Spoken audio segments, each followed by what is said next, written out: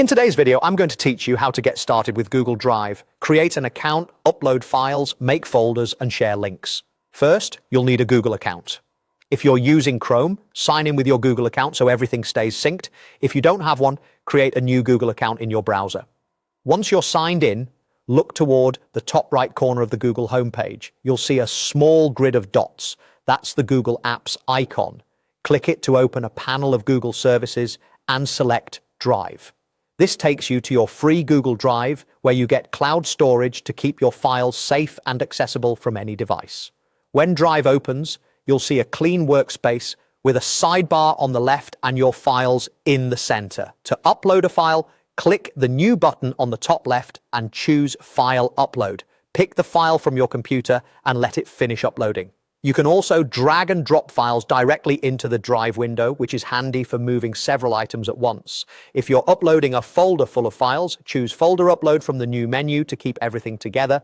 To stay organized, create a folder, click New, then Folder, give it a clear name, and press Create.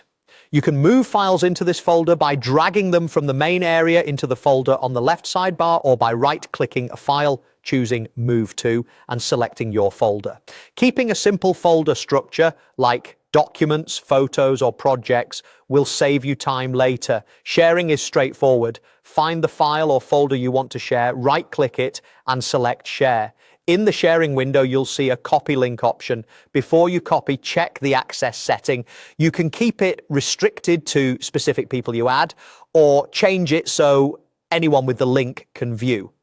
For most situations, anyone with the link viewer is the safest choice because it prevents unwanted edits. If you need someone to collaborate, switch their role to commenter or editor, but only if you trust them.